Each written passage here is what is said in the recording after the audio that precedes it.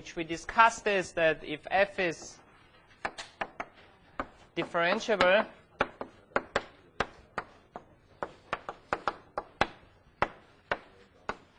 at some a, then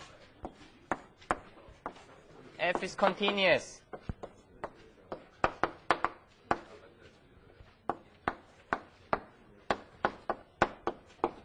at a. So if you have a differentiable function, the differentiable function will be continuous at the same point, but the inverse is not true as we have seen last time, because if you look at the function f of x is equal to the absolute value of x, you see the function is continuous at 0 but not differentiable. So the inverse is wrong of this theorem here. Now maybe let's look at some applications of this.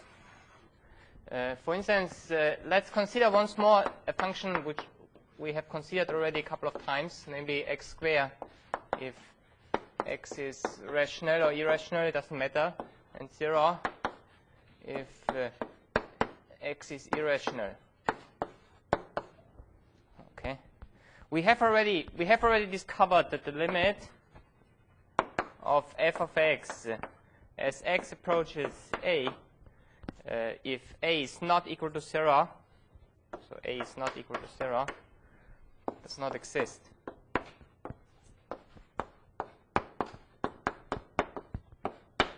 Okay, so from this, of course, we know since the limit does not exist, the function is not continuous for these points here. Hence, the function cannot be differentiable by this theorem. Okay. Now, there is one point, okay, which is left, namely 0, and we already found out that at 0 the function indeed is continuous. Okay. So the next logical question is the function at 0 differentiable? Okay, you cannot get an answer from this. Of course, you know that the function is continuous. You can, if we would have the inverse, we would immediately know that the function is differentiable. But you cannot get an answer from this theorem. This theorem just tells you that in this case, the function is not differentiable. So there is only one point left where the function might be differentiable. Okay. Now for this point, it's also quite easy. You just use the definition of the derivative directly. Okay, so let's check whether the function is differentiable at 0. So we have to look at the limit x or h tends to 0 of f of x plus h minus f of x.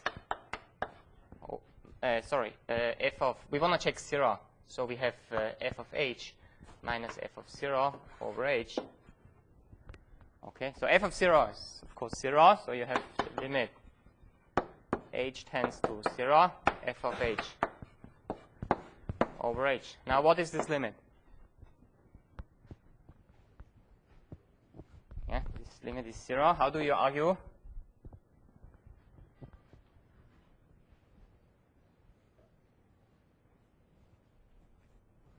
The most easiest way is because f of h over h. F of h is larger or equal than 0, right? And smaller equal than h squared. Okay? Now you use squeezing theorem. So if h tends to 0, this tends to 0, this tends to 0. So this limit must exist and is equal to 0.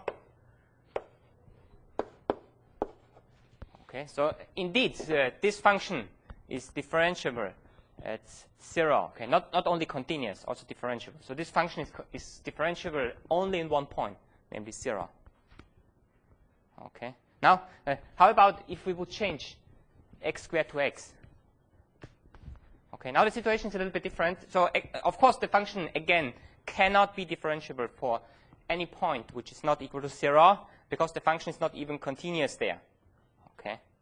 Now for the point 0, you can easily find out that the function is continuous. So in order to figure out whether the function is differentiable, we have to do the same. Okay, but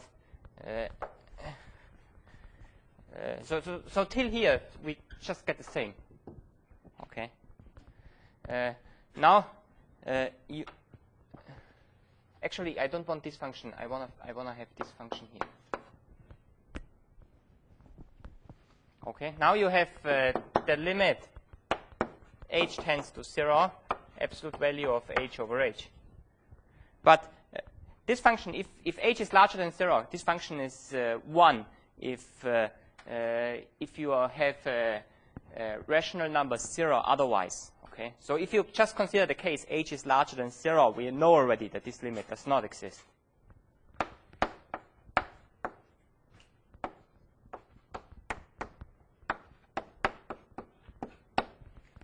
Okay, so this function would not be, you could also write this like here, if you don't like the absolute value, because the absolute value makes it kind of clear that the function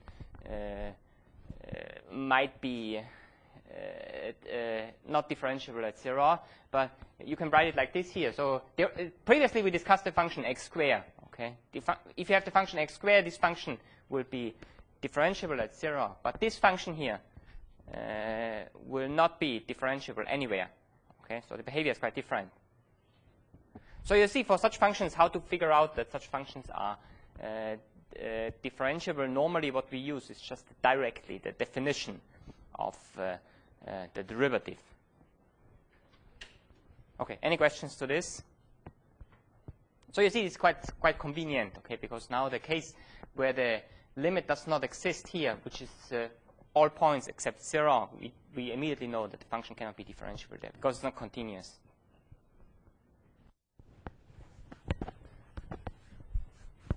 Now from this we see already one way to check that the function, or one way a function is not differentiable is the function is not continuous. Okay, so if you ask the question, okay, how can a function fail to be differentiable?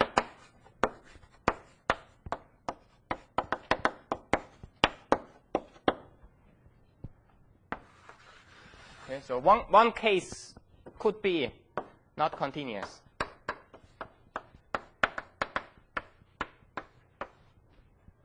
Okay. Now, if the function is continuous, we saw already one example. Okay, for a continuous function which is not differentiable, this, for instance, could mean you have something like this here. Okay, so if you have some corner, okay, then the function is at this point, of course, not differentiable. You see this easily by the tangent interpretation.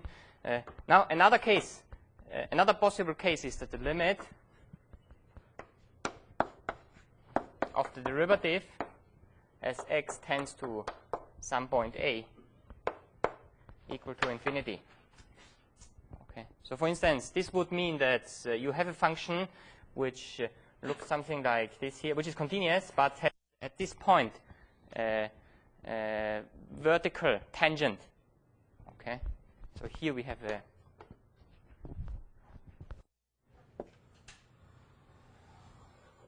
vertical tangent. Who can give me a function? Who can tell me a function which has this property? Easy function, not a complicated one, which has which is continuous but has a vertical tangent at some point. Who knows an example?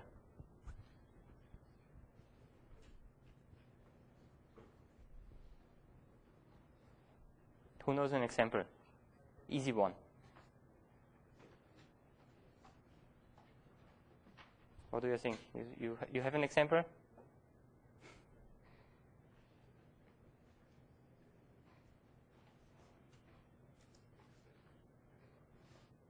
You have an example?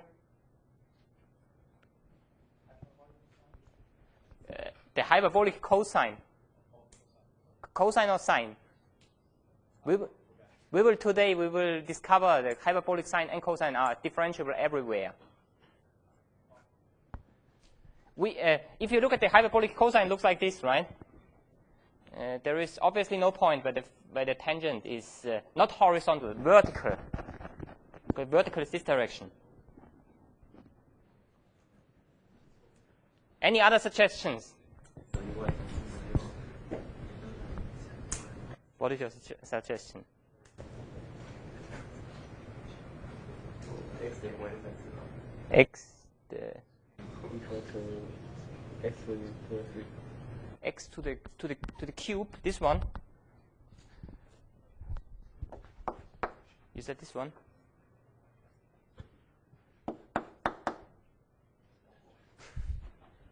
Okay, help us to write it down.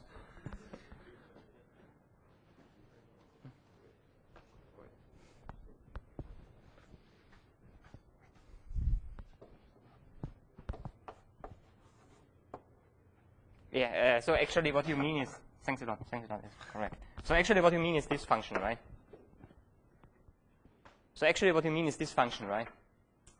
Yeah. Of course, this function has this property as 0, okay? You have this function is continuous everywhere, but at 0 you have a vertical tangent, okay? So there are some easy examples which satisfy this property, and but these are not all possibilities. Okay, there are more possibilities how a function can fail to be continuous, to be differentiable. Okay, but these are just the cases which are frequently encountered. Now the problem, for instance, here you see that if you can also put it like this: if you have a graphing device and you plot such a function and you make the viewing rectangle, so you make the x scale, okay, smaller and smaller, so you zoom in, okay, then for this function, okay, this function will never get, the corner will never disappear, okay, but if the function is differentiable, if you zoom in, okay, you will see that the function, so if you plot the function over a smaller and smaller range, you will see that the function, the graph of the function looks more and more like a line. Okay, this is the property of differentiable. Okay, so now this was everything I wanted to say about chapter 2. We will now go on to chapter 3 because we haven't discussed yet some systematic rules. You have discussed some of them in high school, systematic rules, how to find the derivative of a given function. Okay, just once more. So last time and this time we talked about differentiable function, and we have two motivations. Two main motivations for looking at the property of differentiability.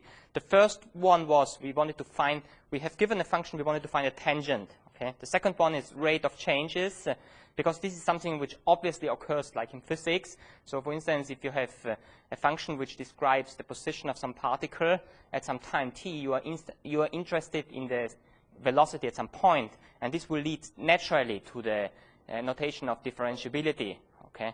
The first motivation you have seen in high school, right? You have seen that, okay, if we want to find the tangent of some function, we are naturally led to the notation of differentiability, okay?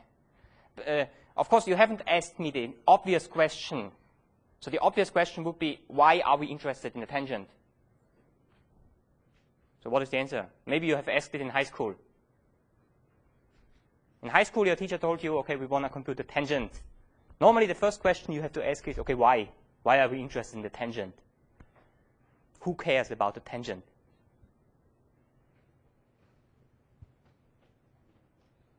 Who can answer this? This question, of course, is the obvious question here. So who can answer the question? So why do we care about the tangent? I mean, if the answer is we do not care, then we do not have to do this. Okay, so the answer should be, okay, we care about the tangent. Now the reason is very easy to describe at the moment, because the tangent, a line, is the most easiest function you can think about. Okay, and a differentiable function, if a function is differentiable at some point, okay, this means you can locally around this point, if you're close to the point A, you can replace the function by the tangent. Okay, the function might be very complicated. Okay. So maybe it's not easy to compute the function, okay? So it's certainly, for instance, e to the x, we are not able to compute it for x close to 0. To some extent, we are able to compute it, but we have to rely on the calculator, okay? Now, but here we can compute the tangent at 0, and the tangent is much more easy to evaluate. You do not need a calculator for evaluating the a line, okay, because it's just kx plus d.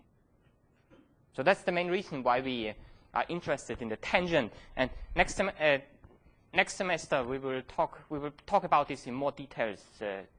So then this will become even clearer. But just at the moment that you see, okay, that there are some questions maybe you have never asked, okay, but you should ask them. Okay, it's the questions like who cares? Okay, why do we consider this? Which are the essential, the important question.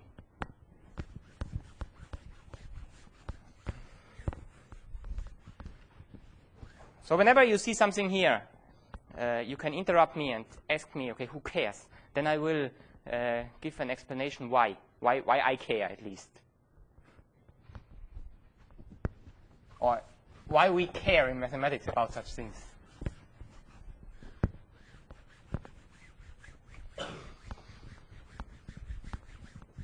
Okay, so we will go on to section 3.1, which discusses now in a systematic manner how to find derivatives. It would be a little bit like for the epsilon delta definition of the limit, it would be a little bit too tedious, too complicated every time to go back to the epsilon delta definition and use it to prove some limit relation. So for limits, what we have done is we have first proved a couple of limit laws. We have figured out how to compute limits for easy functions, and then we could use those laws to build more and more complicated examples. Essentially, we will use the same approach here for differentiable functions. So we first consider some easy functions. The most easiest function you can think about is okay, the constant function. Now, already from the graph, you see that the slope of the tangent everywhere is 0. This is something you easily see as well from if you use the definition. So let's maybe check once for this function by using the definition. Now this is C, so it's 0. So it's a limit h tends to 0 of 0, so it's 0. Okay. So the derivative of this function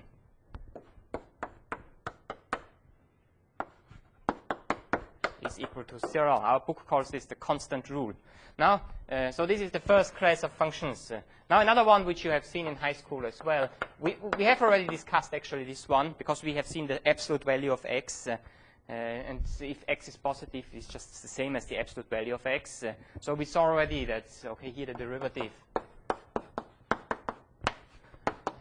equal to 1. And if you try a more complicated one using the definition, okay, also this is not complicated, so you have f of x plus h minus f of x over h.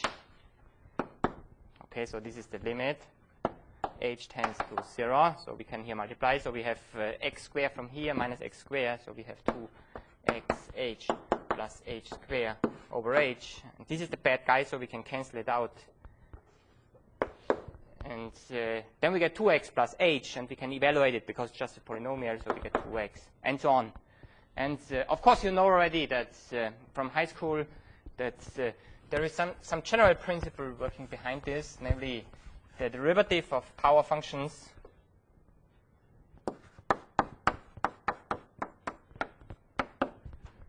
okay, it's just n, x to the n minus 1. Okay. Here we see this for all n larger or equal than 0. Okay, so maybe for this case, let's try to prove it, and then let's try to figure out whether we can generalize this for general n. So the proof you have seen, I guess, also in high school. So if we want to find the derivative, okay, so we have to look at the limit. H tends to 0. Then we have x plus h to the n minus x to the n over h. Okay, and this can be easily evaluated by more or less doing the same here, but so by expanding x plus h to the n. Here in high school you have learned the so-called binomial theorem. So this is the sum k from 0 to n. Now for the binomial coefficients, okay, in high school you use another notation, but this is the standard notation in science. Okay, so maybe switch to this notation and choose k, x to the k, h to the n minus k. Okay, so in high school maybe you notice by, I don't know, I saw this very often. Okay, nobody's doing this. Okay, in mathematics. So in mathematics, we use this notation here, it's standard. So maybe try to use this notation, which is better.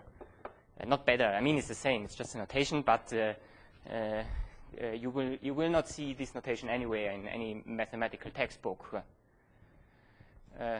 Okay, now we use this here. We see that if k is equal to n, okay, we get exactly x to the n. So the last one is canceling out. So we have here the limit h tends to 0. So this sum actually is the sum k from 0 to n minus 1. Then you have n choose k x to the k h to the n minus k over h. And now we have here, because we just go with k to n minus 1, so we have at least one h, okay, in all terms. So we can cancel the bad guy out. Okay, so we get this is the limit h tends to 0, sum k from 0 to n minus 1. Then we have n choose k x to the k h to the n minus k minus 1. And now we just have to evaluate. And if we evaluate, this is the only one which remains. All the others are equal to 0. So this proves this result here. But you see, obviously, this just works for actually, we need that n is larger or equal than 1. Okay, so but n is equal to 0. In this case, we have already handled with the constant rule. So you see, but you see from this proof, okay, actually, this just works for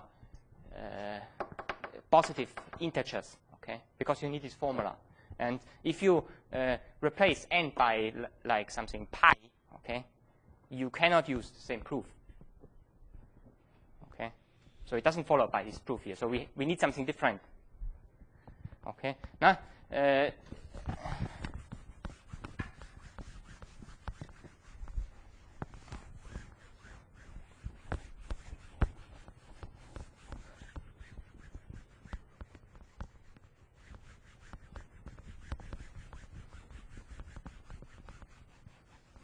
if we try some more, like in particular, if we try some other choices for the exponent, for instance, you could think about 1 over x. Okay, so you can again use the directly the definition of the derivative. So you have 1 over x plus h minus 1 over x over h.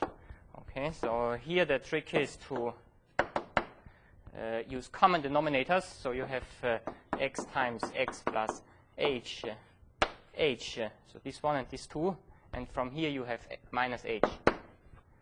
Okay, so this is very good because the bad guy again cancels out, and what you get is minus 1 over x squared. Okay, which is minus x to the minus 2. So actually, this also we see it also holds for n is equal to minus 2. And if you try a little bit around, so if you try, for instance, you could use similar idea to try square root of x. You will easily confirm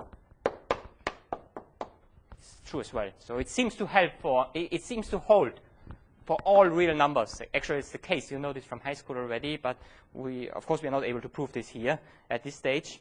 The reason is because like x to the pi, okay, we have a very foggy definition of this function. Okay, not a good one. So we cannot hope here to get a precise proof. Okay, for all real numbers. But actually, this rule here holds for all real numbers, n. Okay, but you should just see, okay, that for the case where n is a positive integer, it's easy, okay. But to prove it for all n, okay, you need some new idea, okay. It doesn't work with the idea I showed you in the proof, okay, because you do not have the binomial theorem for this case, okay. So you need something different. Okay, so any questions to this? So now for some simple functions, we have figured out, okay, an easy way to compute the derivative. And of course, for all those functions, once we have proved what the derivative is, we memorize the formula.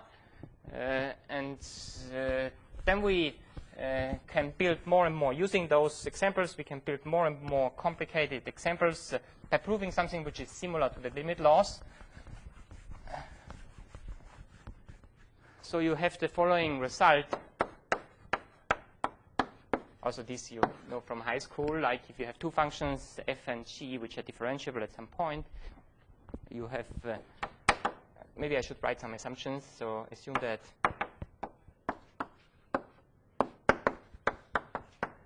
f and g are differentiable.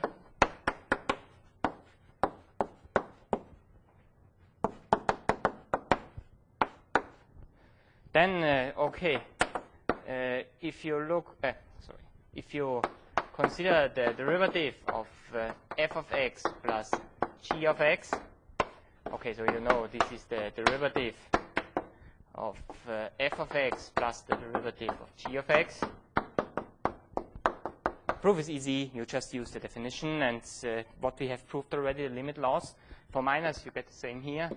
And another important property, we will see much more, but as for now, those property will do. Okay, you can try to prove it on your own. It's quite easy. But from this result, you get already some consequences.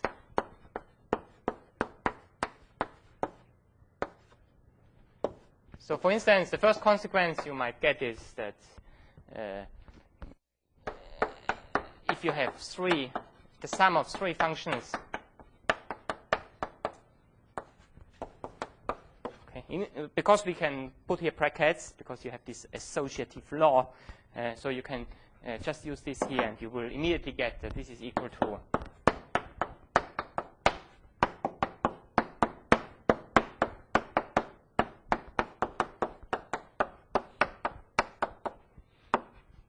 so this is already a consequence of this here.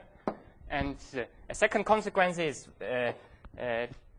together with the constant rule and the rule for power functions, we can now handle already all polynomials. So if you have a polynomial function,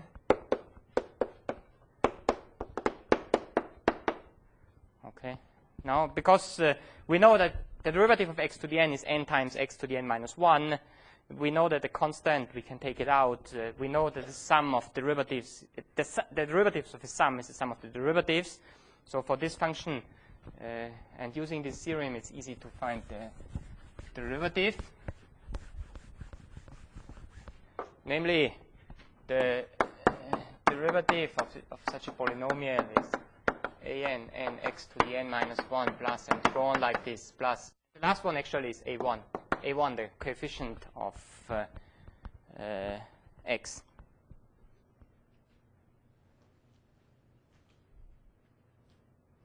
Okay, so now you can solve simple examples, like if you have a polynomial, you can find horizontal tangents and so on. I don't think we have to do it. You find examples in your textbook. I don't think I have to discuss them because it's pretty easy, and this is not new for you, because you have seen this in high school anyway. I just want to remark that if you have like a function like this here, x squared, the third root of x plus x, the root of x to the cube minus square root of 2x squared over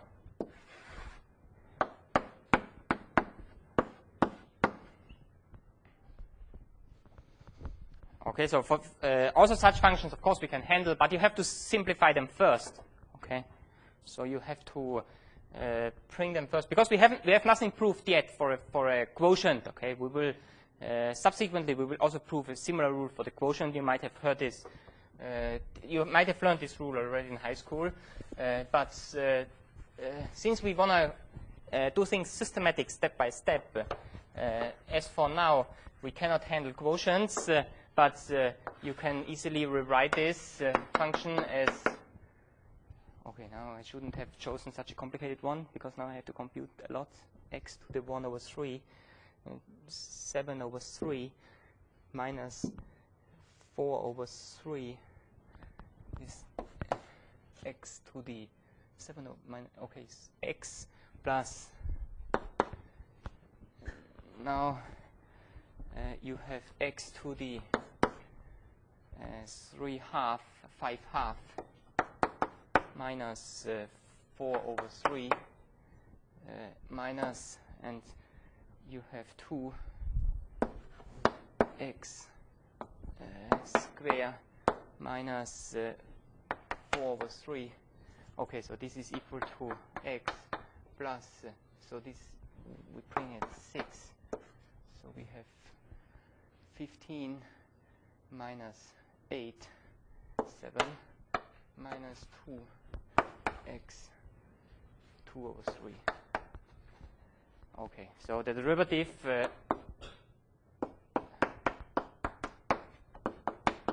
is equal to 1 plus 7/6 x to the 1/6 minus 4/3 x to the minus 1/3. Okay, unless I have made a computation mistake. But you see, sometimes, okay, it's better to simplify first before you use the rules which we are going to prove. Okay, so we can now, so as for now, we can handle any combination of power functions, no matter whether the coefficient is a positive integer or not, and any sums of them, any multiples, and so on. But this is not enough because we have quite a lot of different other functions like e to the x. We have also trigonometric functions and so on, hyperbolic functions and so on and so forth. And we of course want to know as well how to compute the derivative of such functions. Let's look next at exponential functions.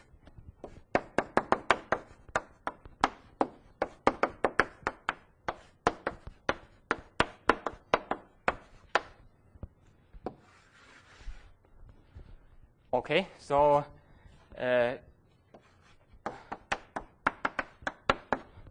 given such a function, we want to figure out, okay, what is the derivative. So in order to find out the derivative, we have to compute the following limit. The limit h tends to 0. Now a to the x plus h minus a to the x over h. Okay, so we can obviously take out a to the x. A to the x does not depend on h, so we can put it in front of the limit. So we have, this is a to the x, limit h tends to 0, a to the h minus 1 over h. Now this one is a problem, okay, because we cannot handle this. Using the laws we have proved so far.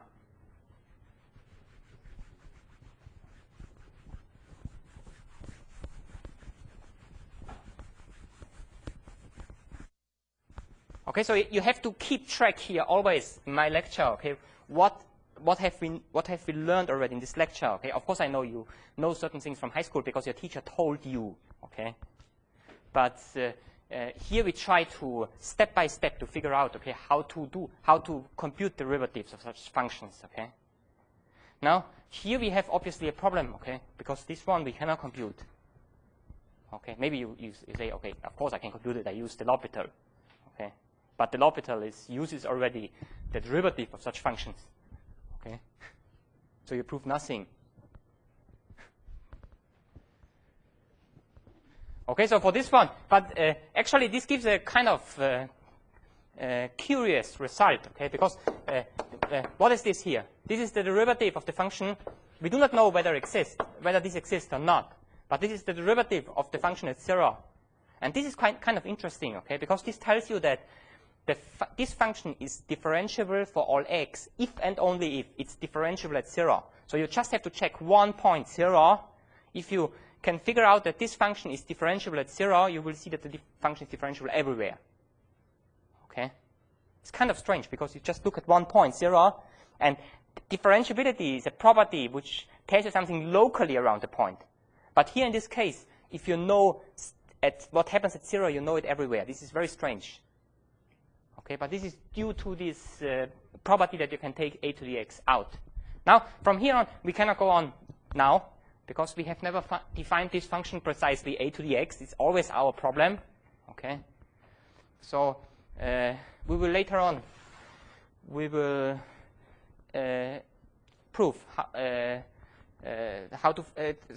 so actually in this chapter we will already see how to find this if it exists, okay? But that this exists, it will take a long time to prove it, okay? We first have to give a precise definition of this function, okay? We cannot do this at the moment, but if you remember, okay, there is one special exponential function, namely e to the x. And if you now remember, okay, how was this number defined, e? E was defined such that this function has a tangent at 0 with slope 1. Okay?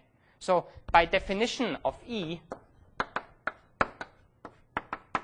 our definition of E, okay, the derivative of f at 0 equal to 1 for this function. Okay? Now, of course, this definition is not a very good definition, okay? Because you see it already here. We defined this number as the slope of the tangent at 0 of this function, but we have never proved that the tangent exists, okay? So we have to do this later as well. Now, once we accept this, okay, we see at least for this function we know how to compute the derivative. Okay, namely the derivative of this function is the function itself, and this is the important property. That's kind of one reason why this function, why it's very natural to choose E as basis. Okay, because this will result in that the derivative of this function is equal to the function itself. It's a very special property. Okay, but you see here, you shouldn't confuse what we know. You should clearly understand what we know and what we do not know. Okay, this function is for us hard to handle. The reason, once more, is because our definition is too sloppy, too foggy. Okay, to understand this function well. Okay, but we see from here that if we can prove that this function is after we give a precise definition, if we can prove that this function is differentiable at 0, it will be differentiable everywhere. We already have the derivative and so on. Okay, so any questions to this? Of course, you have learned this in high school. Okay, it's kind of a mystery how you have learned it in high school because you have never defined the function. Okay, so how can you differentiate it? But you haven't questioned this in high school. Now, maybe let's look at an example because at least for this function we know the derivative.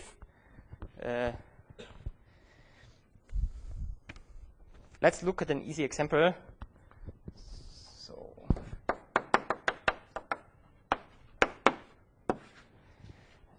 Find the tangent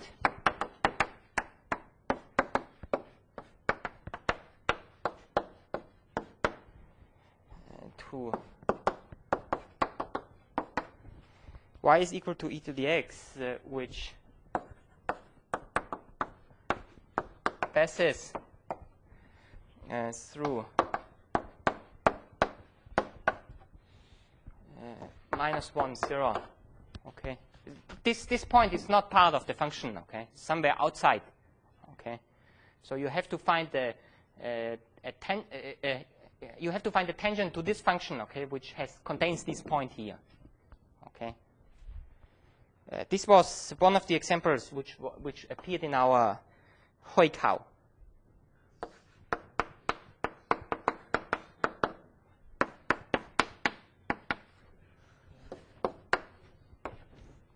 93. 93, of course, is your year here, not the Western. So how to do this? You wanna have some time to think about it on your own, or I should show you? I mean, this is not complicated.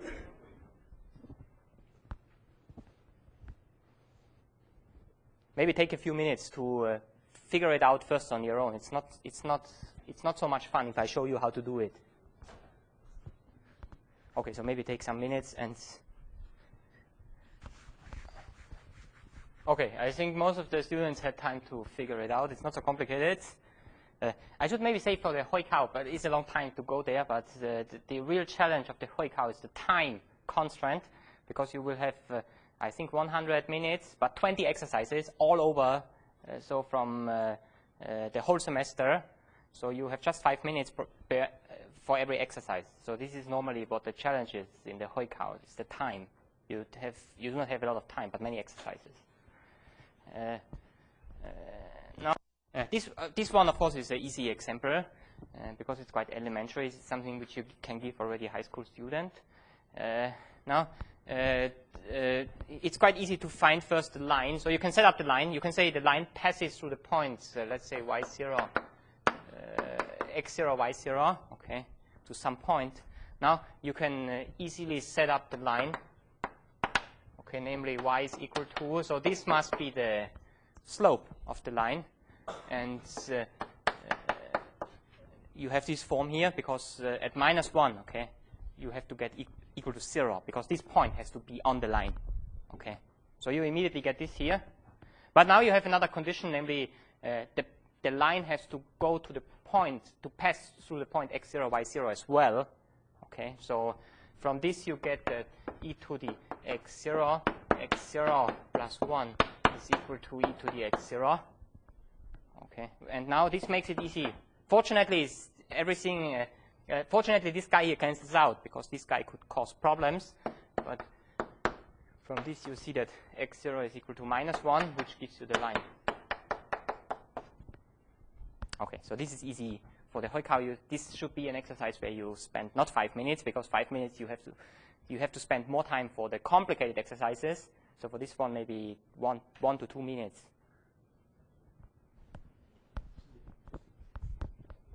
Okay, any questions?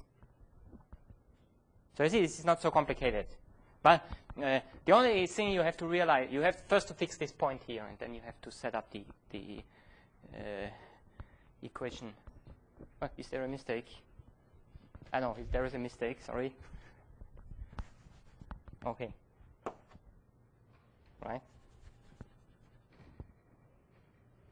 Okay.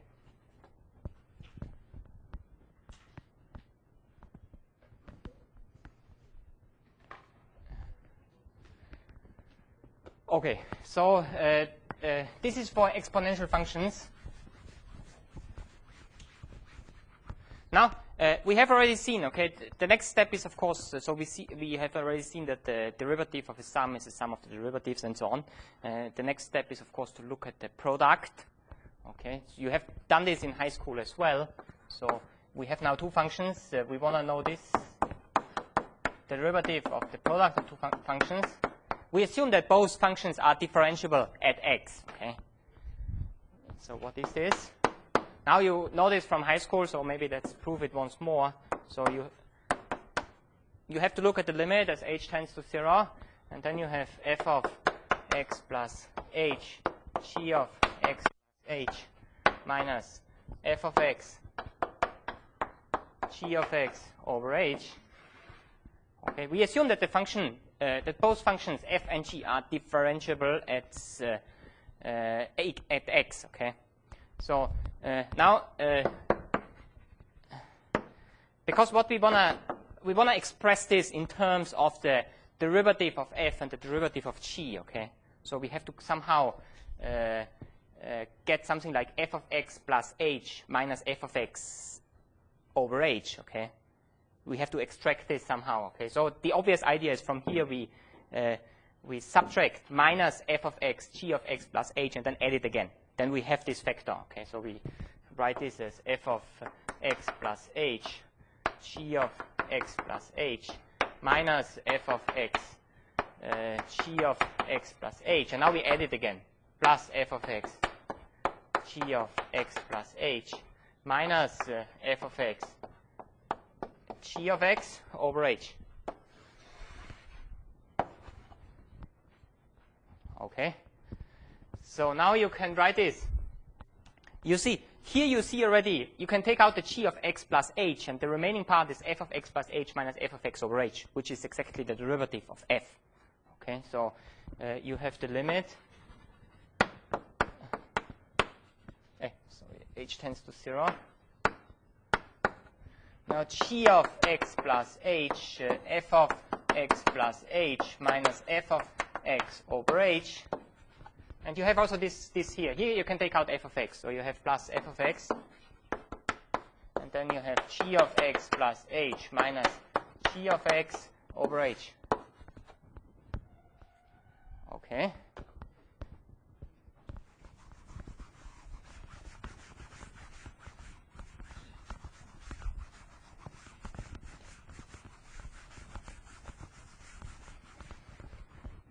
Okay, so now how to handle this? For no problem, okay, because x is a constant for us, so we can take this out here. So we can take this f of x out of the limit once we have brought the limit here, and the rest is the derivative of g of x. Okay, here we can write the limit of this product is the product of the limits if this limit exists here. Okay, so this limit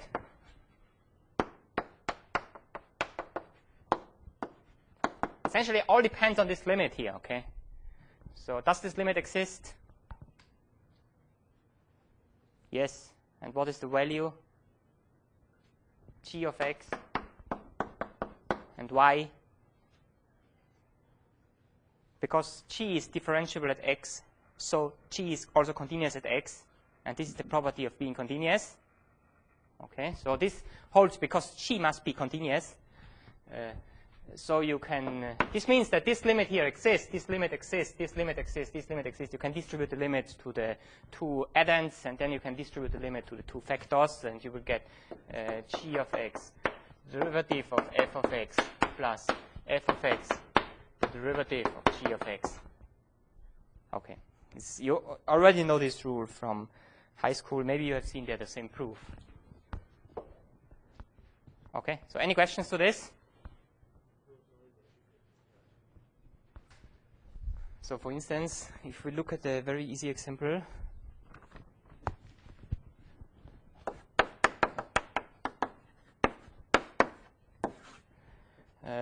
if we have the function f of x is equal to e to the x times g of x, and we know that g of 0 is equal to 2, and the derivative of g at 0 is equal to 5, this is already enough to find the derivative of f of x at 0. So the derivative of f of x for x is equal to 0 is equal to, so we differentiate first this one. So we have e to the x. Because this function has derivative e to the x times g of x. Okay, we leave this unchanged. Plus, and now we leave this unchanged, so we just write this here, and take the derivative of this one. Okay, so you see that this will give you g of 0 plus the derivative of g at 0, okay, which is equal to 7. Okay, so you know this. I guess you have learned this in high school. If not, it's an easy enough rule. So the derivative of a product of two functions is not the derivative of f plus the times the derivative of g. It's not so easy, but it's almost so easy. Okay, so next let's consider a quotient.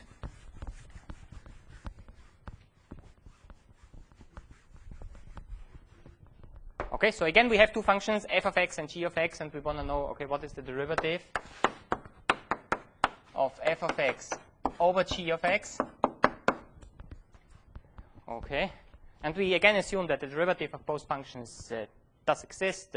So we look at the same limit.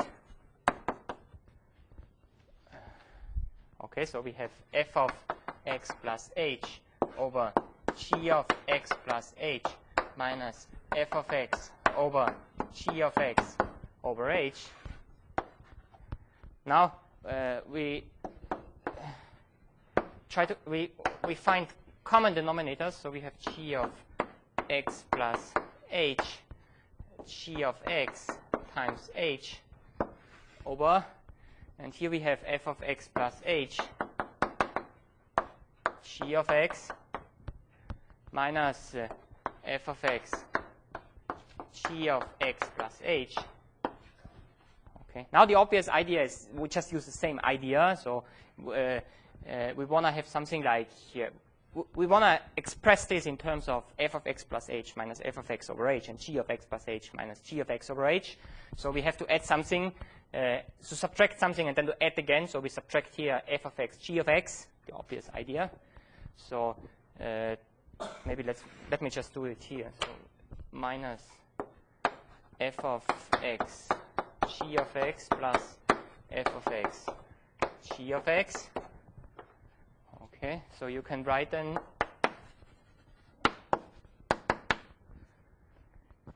everything as, okay, so you have here g of x.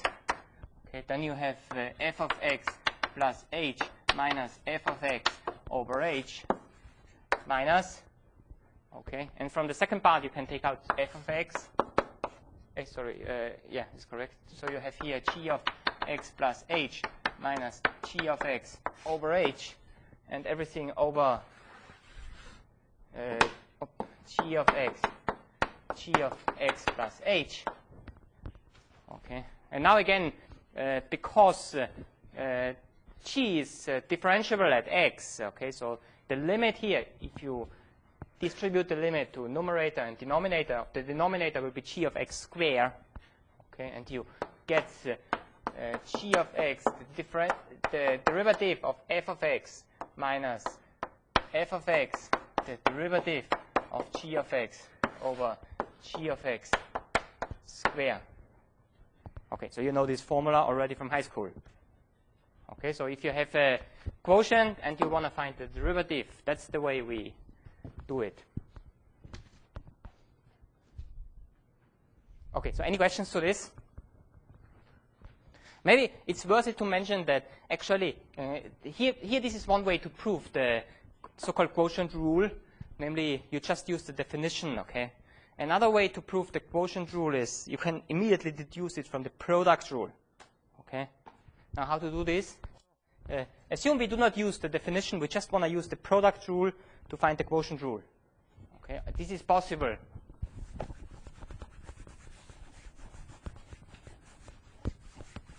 Okay, so you first look at this function 1 over g. Okay. Now you can write this as f times g is equal to 1.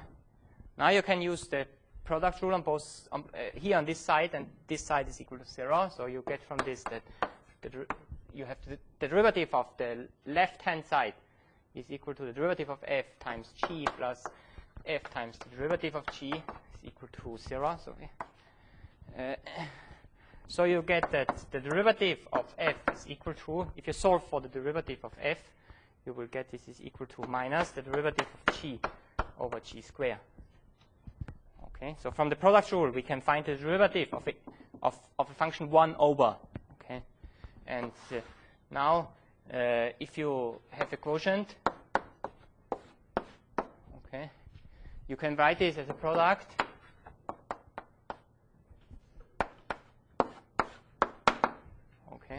So you see that for this one, we get derivative of f 1 over g plus, and then you have f times the derivative of this function, which is minus derivative of g over g squared. And this gives you the same, of course, the same formula.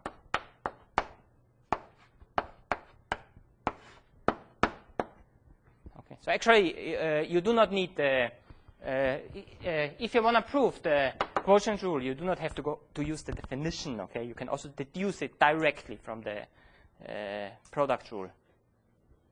And here you get also a convenient formula, but actually this you get already from the quotient rule, namely for the derivative of a function 1 over g. This is quite helpful here. So if we look at what I wrote left, it's quite helpful because if you look at the function, this one, where n is a positive integer.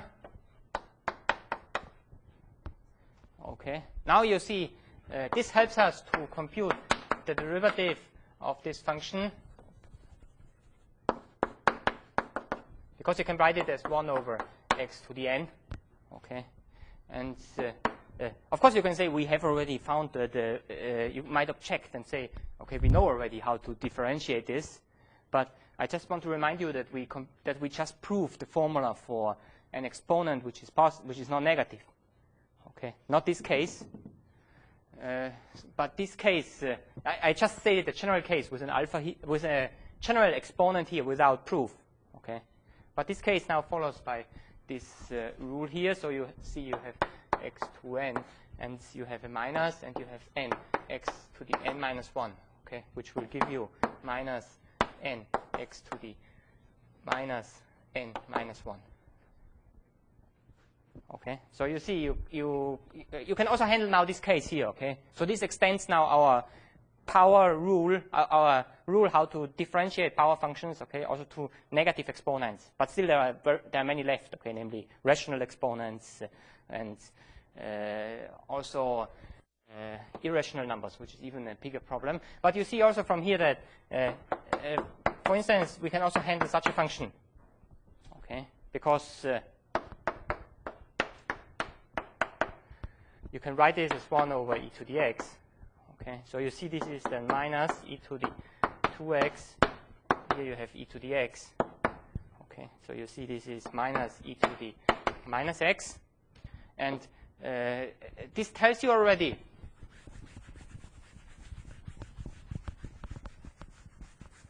that, for instance, if we look at the function hyperbolic sine, okay, of x. Now, by definition, this function was e to the x minus e to the minus x half. Okay, and we can already now obtain the derivative of this function here.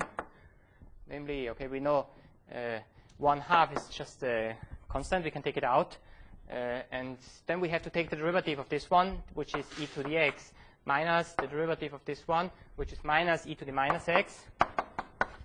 Okay, so the derivative of the hyperbolic sine is the hyperbolic cosine. Okay, now how about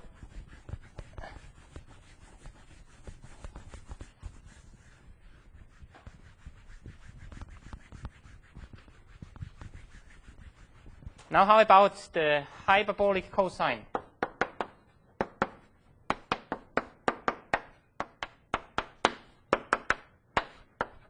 Okay, you use the same, so the derivative is 1/2 e to the x minus e to the minus x, okay, which is the hyperbolic sine. Okay, I guess you have learned in high school that the derivative of the sine is the cosine, the derivative of the cosine is the minus sine. So hyperbolic functions, hyperbolic sine and hyperbolic cosine do not behave in the same way. Okay, and also if you define now a hyperbolic tangent, okay, just as the hyperbolic sine over the hyperbolic cosine, this function is defined everywhere. Okay, because the hyperbolic cosine is always larger than 0. Okay, we can also find now the derivative. Okay, so what is the derivative? Using our formula, we have the cosine, the hyperbolic cosine of x square over. Now we have to take the derivative of this one, which is the hyperbolic cosine. So we have the hyperbolic cosine square of x minus, and the derivative of this one is the hyperbolic sine. So we have the hyperbolic sine square of x. But in the assignments, you have proved that this is equal to 1 here. Okay, so you have 1 over the hyperbolic cosine square. Okay, and this you could call the hyperbolic secant square. Okay, you know, in high school you have maybe learned that the derivative of the tangent, okay, is the same formula. So there are some things are equal, okay, for hyperbolic functions. Some things are different. Okay, so any questions? I do not know actually whether this exists here or not. Okay, this function, whether it's considered, I do not know, because in Europe we do not even consider the secant. Okay, so of course we do not consider the hyperbolic secant, because we do not consider the secant either. So and maybe this is not standard, but you could call it hyperbolic secant. Okay, so any questions? So next time we will go on and find derivatives of more functions like, actually we haven't, sine and cosine you have seen in high school, but we will do it once more. So next time we will start by deriving that the derivative of the sine is the cosine, the derivative of the cosine is the minus the sine, and so on, what you have learned already in high school. Okay, if there are no questions, then we will meet on Monday.